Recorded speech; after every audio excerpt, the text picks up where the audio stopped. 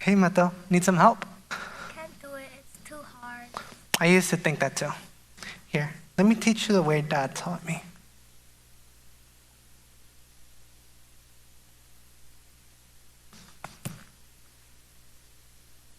Like this. Exactly, you're getting it. This is how it all starts, by teaching others what they have taught us. And this legacy grows because he's choosing to pass it on. All because I have taught him from the beginning. You know what, Mateo? I'm proud of you.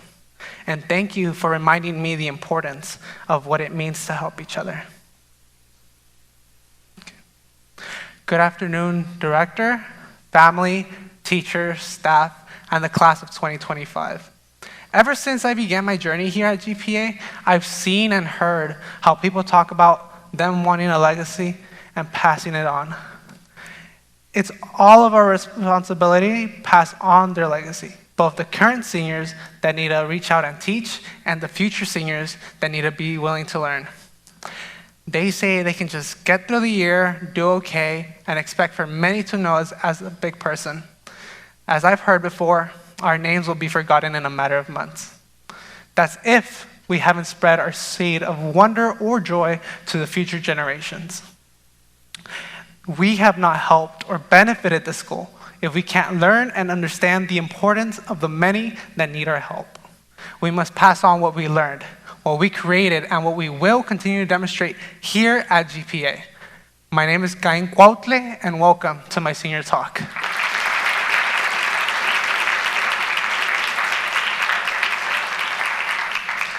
None of us got to where we are today. Behind every success, every achievement, and every step forward, there are people who believed in us, supported us, and pushed us to be our best. Teachers pass on their teachings to us by persuading us with motivation and actual efforts when they say they believe in us.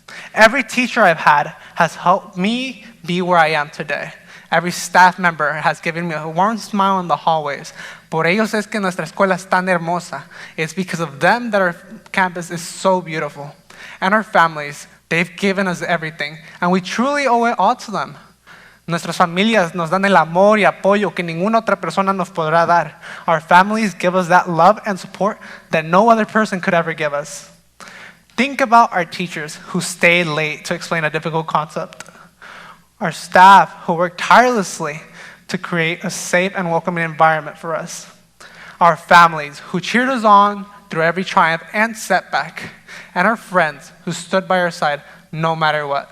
These are the people who got us here. Now, I want to take a brief moment to thank all of them. To my teachers, thank you for seeing the potential in all of us, even when we couldn't see it in ourselves. Some of the staff, thank you for creating a safe and welcoming environment for us where we could learn, grow, and thrive. Your hard work often goes unnoticed, but it doesn't go unappreciated. And to our families, thank you, because you've given us the support, love, and care that us as students need in order to thrive in our everyday lives. And to my friends, thank you for being my second family. Thank you for showing me that I'm never truly alone and that I will always have your support no matter what. I want to talk about my story. I want to talk about my torch. Ever since I first stepped here on this campus in 6th grade, I was gifted. I was given a gift of a torch that can ignite much more than any other students here. I was given the gift of being able to take in my learning, my knowledge, opportunities, and wisdom from teachers easily. I could easily pass my class. Keep that A. But I made a mistake. I took that gift that I had for granted. I started making a routine out of my classes, taking every step, taking every test, that A, that E. I took it easily. And I had an issue. I was not able to pass on my torch, no matter how much I did. No matter how many medals, how many certificates, or what I learned, I wasn't capable of passing on my torch. No matter how much I tried, I became selfless, grew an ego because of my academics, my citizenship, and because of how easily stubborn I was because of my ego. This caused an issue. When I moved into 7th grade, I started hanging around with bad influences. This is where my mistake got to me. Because my gift, instead of using it for my academics, my personal learning and growth, I used it to receive the bad influence from other people. That caused an issue in my life. No longer was I using my academics and my gift of my torch to benefit myself and my community, but instead I was using that gift to persuade other people into doing things that don't look so good if you're a senior, doing things that I have regretted. That made a turn where I noticed I myself lost who I was trying to fit in. When we went into academic online learning, I lost it. I no longer paid attention to class, skipping classes, leaving the Zoom meetings, and even more, I didn't care what my teacher said. I skipped their homework, didn't care, but still managed to get an A in class and an E. Why? Because I kept it a routine. I made the mistake of thinking this gift I had was for granted. No longer did I pass on my torch. No longer did I try helping other people. But I made that decision. And that later on made me regret my decision of taking that. Because when we came back as freshmen, many students were excited, many were not, because we would actually be seen in class. I remember when I told myself, it's just going to be a teacher in class. Let's keep it a routine. Let's get that grade, get that citizenship, and pass on to another year. But no, I decided to get involved again into those bad relationships, getting bad into those bad influences with people, hanging out with the wrong groups. That made me create a new little group that ended up bringing me down in 10th grade. Why? Because I got caught with something that I got suspended for. I personally regretted that decision I took that day, because that decision made my father, a military, be embarrassed about his son. He was disappointed in me for what I had done, because the wall or the cover I created, being a perfect student with an A and an E, and many of you might see me and think of that way, but I blew my cover. He saw who I truly was, the person who I was in the moment, ruining my own gift. The gift I had, I took it for granted, making a mistake by not passing it down to other people. That was a choice that regretted my life. Because when I went into my junior year, I was not ready.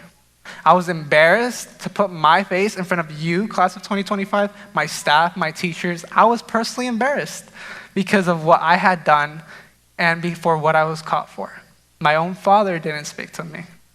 However, I came in the first period, my one class.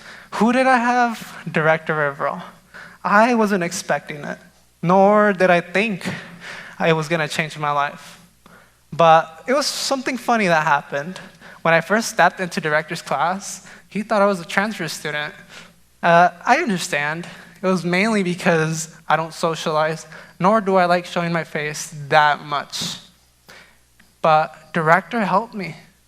I thought, let's just get through this again, make it a routine, pass it on. No. Director made me work hard for my grade.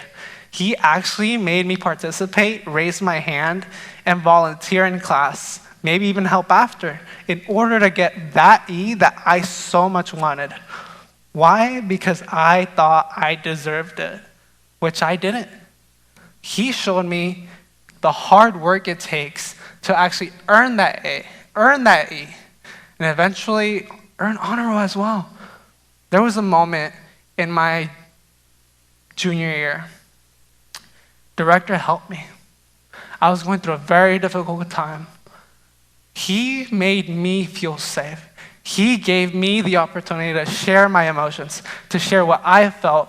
He didn't see a student on an A and an E. He saw me for who I was, and he accepted me for who I am. I want to thank Director because he allowed me to share my emotions, how I felt, my pain. He allowed me to share the way my life was built. And even though he saw my mistakes, he saw who I was, he still accepted me. Not as a student, but as a person who was willing to change. Thank you, Director.